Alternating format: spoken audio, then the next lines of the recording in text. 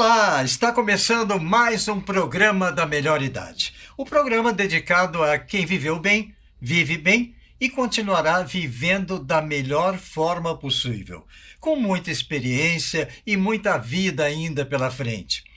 Hoje o nosso papo é com um amigo que esteve pertinho de uns caras que muita gente sonhava em pelo menos acenar para eles. É isso, Marco Malagoli. O Marco, gente, é o maior Beatlemaníaco que eu conheço.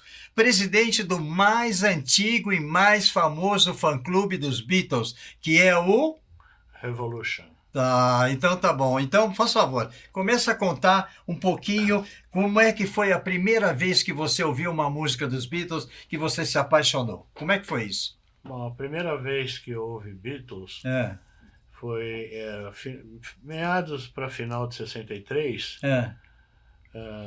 Meu pai costumava tocar música de domingo no quintal, ele punha vitrola e ficava tocando as músicas dele e tal, né? E aí eu adorava ouvir música, todo tipo de música. Mas eu sentia que faltava alguma coisa para mim. Um amigo dele foi para a Inglaterra a trabalho, né? Eles trabalhavam com importação e exportação. E chegou lá, a música She Loves You estava estourada no primeiro lugar. 1960 aí? 63. 63, isso. Aí o cara, sabendo que eu gostava Dos de Beatles. música, que a gente ainda não conhecia Beatles. Não conhecia Beatles, tá. Ele comprou o compacto e trouxe para mim. E aí no domingo, quando a gente foi ouvir música, meu pai colocou, eu sempre vivia falando pro meu pai, né? Falta alguma coisa para mim, né? E aí quando meu pai botou o She Loves, eu falei assim, era isso que estava faltando. Você tá brincando. E a partir daí foi uma loucura, né? Só que assim, naquela época, você não tinha informação. Não. Era The Beatles, John Lennon, Paul McCartney, né, o nome da música e tal, não tinha capinha, não tinha foto, a mídia aqui no Brasil não tinha nada, porque eles só foram começar a aparecer aqui em fevereiro de 64, depois que tocaram Nat Sullivan. Então, Foi no From Me to You? Eles lançaram From Me to You? Não, né? Não, foi do I Wanna Hold Your Hand. Na Hold Your Hand, exatamente, tá certo. Porque assim, isso. aqui o compacto saiu, o She Loves You, I Wanna Hold Your Hand, só que lá fora eram dois compactos diferentes. Ah, tá, entendeu? Entendi. Aqui a Odeon colocou as duas músicas juntas. A Odeon fez as maiores gambiarras possíveis, nos compactos simples, duplos, LPs e tal, né? Entendi, tá. E, tanto que a coleção brasileira é procurada lá fora, porque são diferentes da americana, da inglesa, né? Inclusive assim, a Master do She Loves You, o compacto simples do She Loves You brasileiro, foi tirado do Mono, da Master Mono. Tá. E depois lá na Inglaterra eles apagaram. Tá. Então o único lugar que tem a Master Mono do She Loves You é na discografia brasileira. Agora, me conta uma coisa. Eu sei que você é um dos maiores colecionadores de peças ligado aos Beatles. Conta um pouquinho sobre isso. Quais são aquelas que você fala, puta, essa eu não deixo nem ver, de tanto que eu gosto? Na verdade, assim, eu não gosto muito desse rótulo, porque, inclusive, hoje em dia existe, assim, muita maldade na internet. Aquele pessoal que não se identifica e vai lá e começa a te ofender. Tem? Como que você fala que você tem mais se você não viu a minha coleção, aquelas coisas assim. Tá, isso.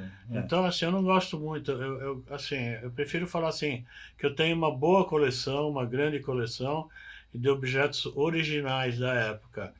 Porque na época, nos anos 60, eu peguei aquelas revistas Beatles Monthly Book e comecei a escrever para todo mundo que queria se corresponder com alguém no mundo. Então mandava carta assim para o mundo inteiro, para a Inglaterra, Alemanha, Japão, China, Rússia. E muitos me responderam e a gente começou a se corresponder. E aí os caras começavam a mandar um bonequinho, uma foto, uma revista, um disco e tal. Isso na época. Então, não é que eu fui lá buscar. Chegou para mim. Tá.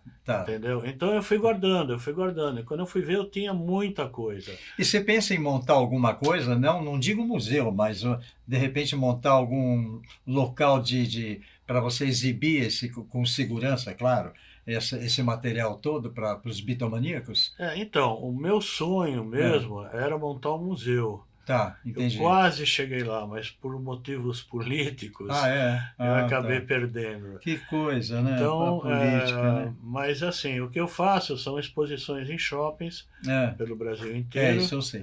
Né? Então, nessas exposições a gente põe umas vitrines, onde eu coloco alguns objetos, escrito o que que é. Eu fico na exposição, converso com as pessoas, explico, conto as histórias, tiro dúvidas. E falando em shopping, exposição, você tem uma banda que também se apresenta, né? Eu nem vou falar nada porque eu já toquei também nessa banda. Então, eu tenho a Revolution, que existe desde 1979. Tá. Né? Nossa, 44 anos. Olha a banda lá. Olha você lá de vermelho. E eu tô atrás, com o baixo do Paul na mão. Ó, o baixo Hofner, olha lá. Nossa, onde foi isso mesmo? Que shopping foi esse, Marco? Foi Shopping Mais, né? Shopping Mais? Acho que é Shopping Mais. Faz tanto shopping que eu nem... Quantos anos faz isso? Eu não lembro. Faz uns 2, 3 anos. Uns 2, 3 anos? É porque assim, eu faço as exposições desde 1984. Tá, tua agenda é sempre cheia, né, que eu saiba. Graças a Deus. Tem Graças sempre a shopping. Deus. E a gente procura levar para os shoppings material inédito, exclusivo e coisa assim que... Para atrair, Para né? atrair o público. Claro, o público. Porque assim, o pessoal vai lá ver a exposição e depois acaba dando uma volta, compra uma roupa, toma um sorvete sem e tal, dúvida, e acaba atrativo. consumindo. Então isso para o shopping é muito bom. Claro, sem dúvida. E marca o shopping, né? Por exemplo, tem um shopping em Recife, chamado Tacaruna. Eu já fui lá 5 vezes. Juro, 5 vezes? E é maravilhoso. Toda vez que eu chego lá, lota o shopping. Que bárbaro. E o pessoal lá de Recife fica pedindo para mim. Não é assim, vem para Recife. É assim, vem para o Tacaruna. Que bárbaro. Entendeu? Isso, então já velho. tipo marcou assim, né? Tá vendo? O pessoal do Tacaruna que nos assiste, então. Agora, que história é essa, Marco, que você nunca viu os 4 Beatles juntos? Você conhece todos os 4 em separado, fez amizade com cada um, trocava carta, trocava correspondência. Agora 2 já estão morando no céu, claro, não dá, mas sei lá, o Paul e o Ringo ainda você mantém intercâmbio. Não? Sim. Mas você nunca viu os 4 juntos? Não, os 4 juntos não, infelizmente. Porque assim, quando eles pararam de tocar, em 1966, né, eu tinha 14 anos. Naquela época, não dava para viajar sozinho lá para fora. E eles tocavam em lugares assim, para 2, 3 mil pessoas, onde os ingressos eram vendidos com antecedência e esgotavam. E a gente não tinha que nem a internet hoje, que você sabia, semana que vem ou mês que vem e tal, os Beatles vão tocar em tal lugar. Não. Normalmente a gente lia no jornal, 2 semanas atrás os Beatles tocaram no teatro, não sei o que, não sei o que, não sei o que. E as manchetes eram assim, os Beatles tocaram, 50 meninas desmaiaram, quer dizer, o jornalista não se preocupava em falar, o show foi assim, eles cantaram isso, fizeram aquilo. Então as informações eram assim bem rudimentares, é sempre a mesma. As meninas desmaiaram, teve que ir em ambulância, teve que não sei o que, sabe, 10 jogaram calcinha no palco, era aquela mesma história. Agora, Marco, como é que você enxerga a gente que tem já acompanha os Beatles desde o começo, essas novas gerações que não pegaram o começo, não pegaram nem o meio dos Beatles, nem quando eles pararam de tocar, que são apaixonadas pela banda? Jovens, mais jovens, como aquele menino que canta na sua banda, que tem 10 anos de idade. 8 anos. 8 anos? Como é que ele chama? Gustavinho. Gustavinho. E ele canta e toca todas as músicas dos Beatles. Como é que você vê? Em inglês. Em inglês? O caso dele, por exemplo, fizeram uma festa na escola e tocaram uma música dos Beatles. E ele cantou junto com o grupo e tal. E se apaixonou. E aí ele foi procurar atrás, foi ver o que era. Ele começou a fuçar na internet, achou isso, achou aquilo. Com 8 anos de idade? 6 anos. 6 ele tinha? Nossa. E aí eu estava fazendo uma exposição na Zona Norte.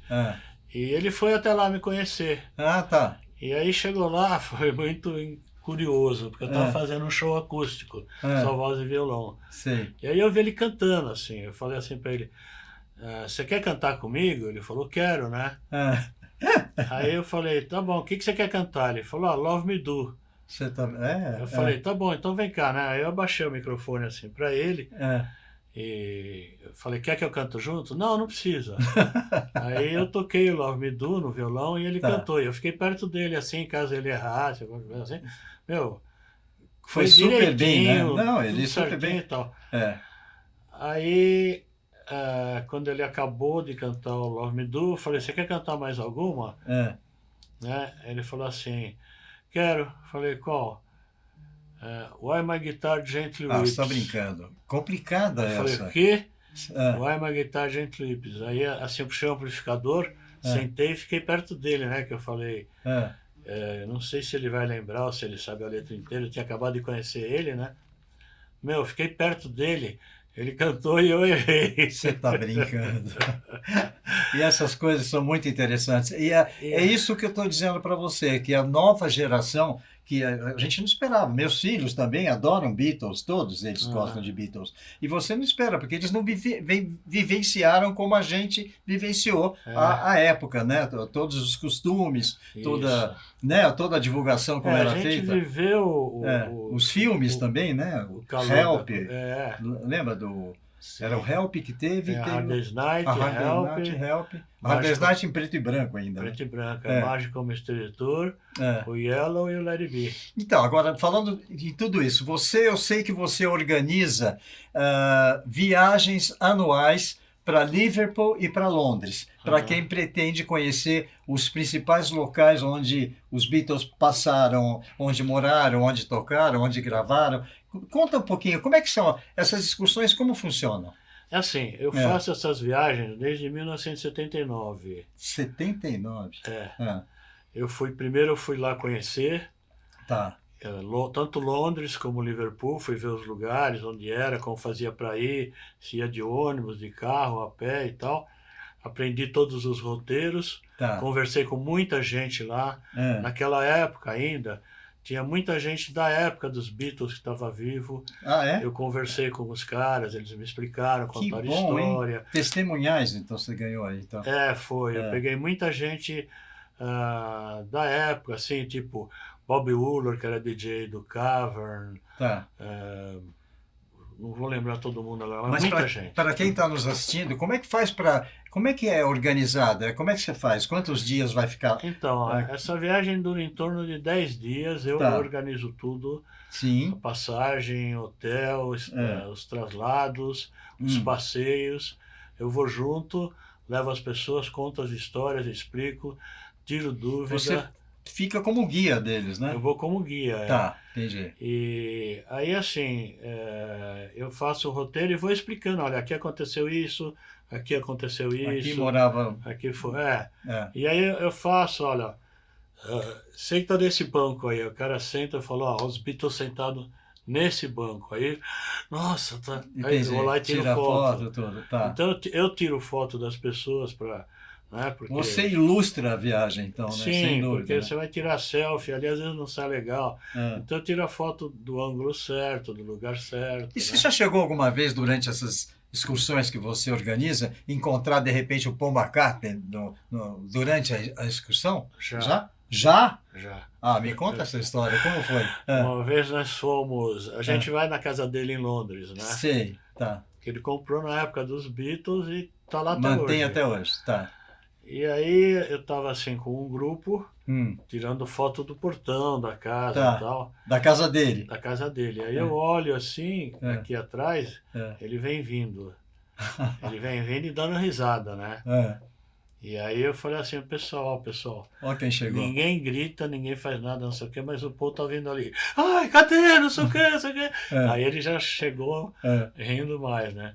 Aí ele chegou e falou assim, olha, não dou autógrafo, não vou pro Brasil, não dou autógrafo, não deixo tirar foto, porque lá no Brasil ninguém gosta de mim, ninguém vai no meu show. Bom. Eu fui no show do Arias dele, lotado, bárbaro. Não, assim, sabe? Brincando, ninguém canta minhas músicas, não sei o e tal, né? É. O pessoal, quando que você vai para o Brasil? Não, não vou mais para o Brasil e tal. E aí ele ficou um pouco lá, conversou com a gente, né? É. E entrou, né? Porque também não dá, ele tem a rotina dele, a vida dele, né? É. E ele é sempre muito legal. Eu já encontrei com ele uma vez também no lançamento de disco, 3 ou 4 discos dele. Eu encontrei, fui lá, comprei o disco, ele autografou para mim, conversamos E rapidinho, ele né? já está com 80 anos, né? 80 anos. Tá melhor que eu, viu?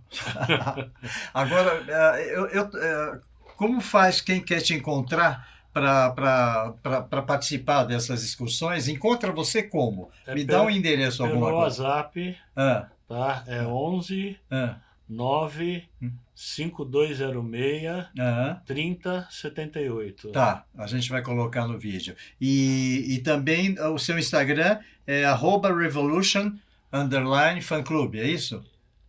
Eu acho que é. Eu estou colando aqui. Tá. Tá, Agora, agora, esse bottom seu aqui que está me chamando a atenção, tem uma pena branca. Que história desse bottom que é? Porque eu já ouvi alguma coisa que parece que tem um conteúdo muito interessante. Conta pra gente. Esse bottom aqui, quando o Julian era pequeno, O Julian Lennon. Tá. o John estava com ele ali e falou assim, olha, se um dia acontecer alguma coisa de errado comigo, você vê uma pena branca vindo do céu, você abre a mão que essa pena vai parar na palma da tua mão. Né? Jura que ele falou isso pro Julian? Tá. E o Julian era pequeno ainda. Tá. Aí teve toda aquela história, não sei o que e tal. Aí em 80, o dia que ele foi assassinado, ele estava em Nova York e o Julian na Suíça. Inclusive na Suíça estava nevando. Tá. Né? E aí o Julian olhou assim e viu uma pena vindo. Ele abriu a janela, estendeu a mão assim, a pena veio e parou na mão dele. Aí ele falou assim, aconteceu alguma coisa com meu pai. Aí ele correu e foi chamar a Cíntia, falou, mãe, aconteceu alguma coisa com o papai, não sei o quê. Não, imagina, tá tudo bem, não sei o quê. Aí a Cíntia foi ligar. Que mágico isso, Marco. Essa história é muito mágica. E a Cíntia descobriu que o John tinha sido assassinado. Meu Deus do céu. E posso continuar ou para aí? Não, continua. Aí eu contei pro meu pai. E meu pai se emocionou. Claro.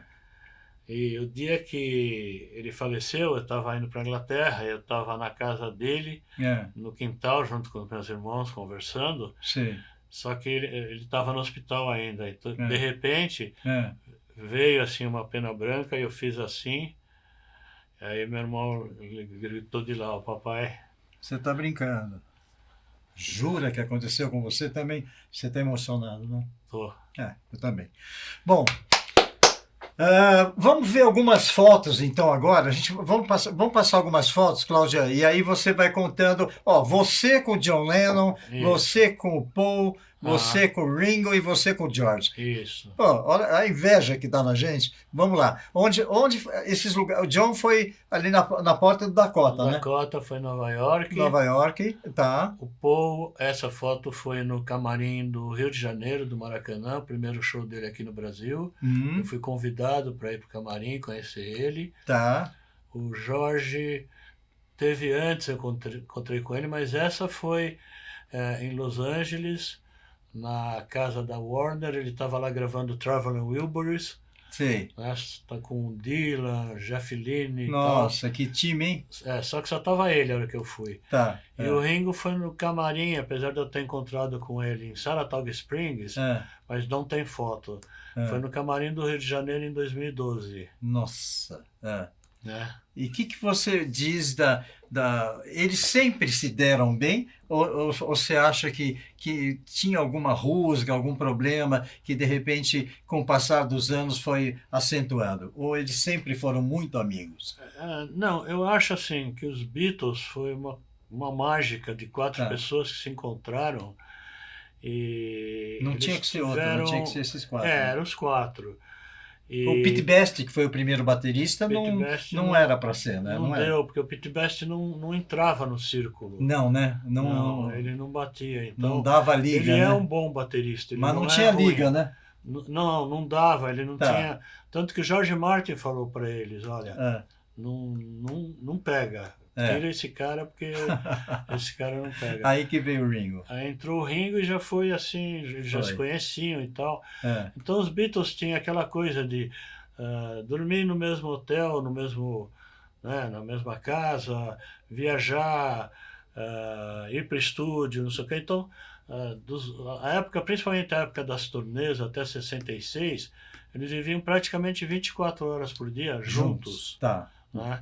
E depois que acabou o conjunto, eles ainda tinham um relacionamento? Se falavam ou era esporádico? Tinham, mas aí assim, os compromissos, a parte comercial de cada um, começou a levar um para cá, outro para lá, outro para cá, não sei o quê. Entendi. Então eles não tinham aquele ponto comum de encontro e tal, né? Tá.